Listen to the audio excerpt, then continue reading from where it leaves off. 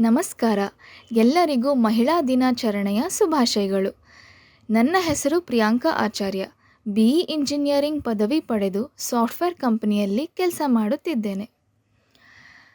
ನಮ್ಮ ಬದುಕನ್ನು ರೂಪಿಸುವಲ್ಲಿಯೂ ಸಮಾಜವನ್ನು ಬೆಳಗಿಸುವಲ್ಲಿಯೂ ಮಹಿಳೆಯರ ಪಾತ್ರ ತುಂಬ ಅಮೂಲ್ಯವಾಗಿದೆ.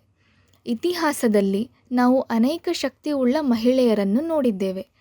ಬ್ರಿಟಿಷರ ವಿರುದ್ಧ ಧೈರ್ಯದಿಂದ ಹೋರಾಡಿದ ಕಿತ್ತೂರು ರಾಣಿ ಚೆನ್ನಮ್ಮ, ಝಾನ್ಸಿ ರಾಣಿ ಲಕ್ಷ್ಮೀಬಾಯಿ ಮತ್ತು ಒನಕೆಯಿಂದ ಶತ್ರುಗಳಿಗೆ ತಿರುಗೇಟು ನೀಡಿದ ಒನಕೆ ಓಬವ್ವ. ಅವರು ನಮ್ಮ ದೇಶದ ಹೆಮ್ಮೆಯ ಮಹಿಳೆಯರು.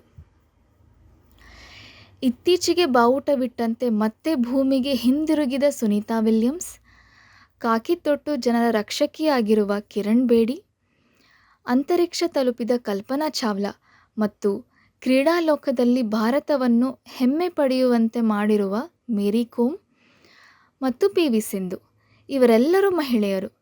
ಏನೇ ಸಾಧಿಸಬಹುದು ಎಂಬುದಕ್ಕೆ ಜೀವಂತ ಸಾಕ್ಷಿಗಳು.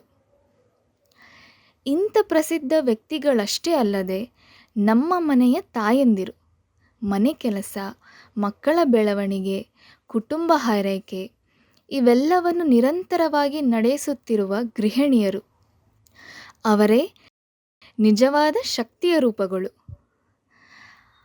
ಅವರು ವೇದಿಕೆಗೆ ಬರೋದಿಲ್ಲ, ಪ್ರಶಸ್ತಿಗಳನ್ನು ಪಡೆಯೋದಿಲ್ಲ. ಆದರೆ ಪ್ರತಿದಿನವೂ ತೋರಿಸುವ ತಾಳ್ಮೆ, ಪ್ರೀತಿ ನಮಗೆಲ್ಲ ಪ್ರೇರಣೆಯಾಗಿದೆ. ನಾನು ಒಬ್ಬ ಮಹಿಳಾ ಆಟೋ ಮತ್ತು ಬಸ್ಸು ಚಾಲಕಿಯನ್ನು ನೋಡಿದ್ದೀನಿ.